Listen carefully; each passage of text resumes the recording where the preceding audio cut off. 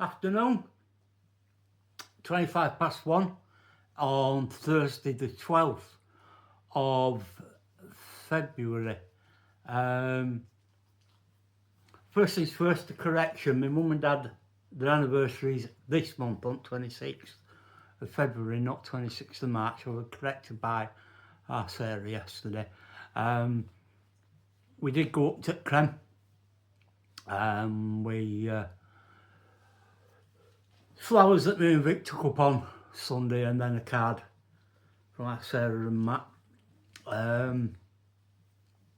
It was wet, it was miserable. It was nice to go up and just be there on his birthday. So yeah.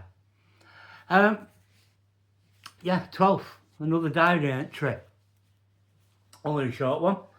Which says, "Hi Simon, my name is Ashley and I am the nurse looking after you today. You're recovering well, but with no real surgical plan due to the nature of the wound. We have contacted your wife to come for a meeting with the intention of replacing your breathing tube in your mouth to one in your neck, a tracheostomy, so that we can wake you up. We are planning to do the procedure this afternoon." So yeah, so they this day last year is when they took me down and gave me this permanent scar because they stuck a tube in my throat rather than, well, that way in my throat, but rather than going down my mouth and in, it was there. I don't know entirely, I'm not entirely sure why it was better, other than what Vicky says, that when I had the one in my mouth, I was constantly fidgeting with it with my tongue. Affects me at sedation a bit, so that people could talk to me and squeeze hands. Again, stuff I can't remember because I was still under sedation, but not fully sedated. But yeah, whenever they did, I was fidgeting with it in my mouth, so they decided to shove it in my neck, which was interesting when I woke up. But yeah, it's 12. Only 2 more days and they woke me up. But we'll get to that in 2 days' time. A couple of thank yous. First of all, to Rob. Rob lives out in Thailand, Barnsley fan.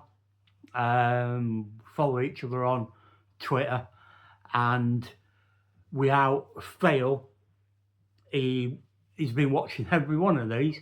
Sometimes he comments, sometimes he just likes them, but it's nice to know that there is somebody out there watching. I know there's people watching them because I can see that people have watched them, but it's nice to know that people are interested in what I've got to say. So yeah, and secondly, Joe. Joe commented on yesterday's. I'm wondering, I'm considering whether I should get people to pay me to read books to them. I could make a sideline, do a chapter a day. Yeah, I don't know what she's taking. If there's an oral version, I should have gone to Specsavers. Then Joe, I think you really need to. But bless you anyway. I appreciate the comment and thank you for that. So yeah, yesterday my new top come, the one that I ordered from Atom Retro, 66 clothing. It's the Weller 81 model shirt that he wore backstage at Top of the Pops back in 81. It came yesterday. It fits. It's lovely. It's well made. It's knitted. It's not just t-shirt material. It's really nice. Really, really nice. And Oh yeah, I said to give me some stuff that she'd salvaged up at my mum and dad's. There were a stall on Barnsley Market which sold like sewing equipment and thread and one thing and another, buttons, but they also sold badges, proper old school badges, and 20 pence a piece they were, if I remember rightly, at the time. I used to have hundreds. I've still got quite a lot of badges now, but they're not the ones that I bought back then. These are ones that I bought since. I'm a whore for a badge. I really, really am. But she's passed these, including a sweatband, back to me. I'd love to know what happened to all my badges. I really would, because I ain't got the faintest idea. Honestly, considering mum and dad never threw anything away, as we've discovered in sorting it out, then I wonder where they went. I know I swapped some. I swapped some for a butterfly knife, which I kept at home. Never took out, and I kept at home. I had some. I tell you one thing I did want. I once made a t-shirt and shorts out of Bartels, and I swapped them for a belt. Believe it or not, it were a Scout belt. This is when I used to go and help at Esley Wood one weekend a month. I was on the service crew there. That's where I got my nickname, Henry, because I got nickname I would go Henry, because anything that needed doing, I'd end up doing. And if I can find a photograph of me dangling upside down in fact, I don't think I've actually got. I'd be the one that'd be up on a rope, creosoting the climbing wall because nobody else would, but I'd be like, oh, I'll have a go at that. Yeah. But I used to go there, and I was a strange individual at 14, 15, 16-year-old, and I made a pair of shorts and a t-shirt out of Bartels, but swapped it for this Scout belt. I don't know. Where were I going with this? I was going somewhere with this. I can't remember. I need to have a think. Let me just have a minute.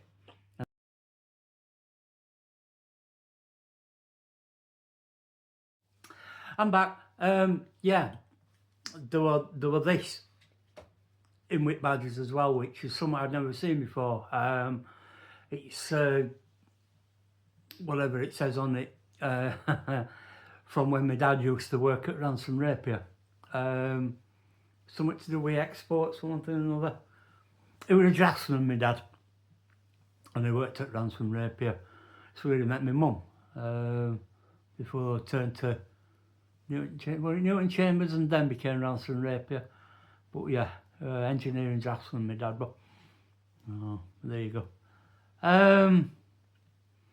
Yeah, there was something else I was going to tell you, and I thought I'd done a screenshot of something, and obviously I must not have done. But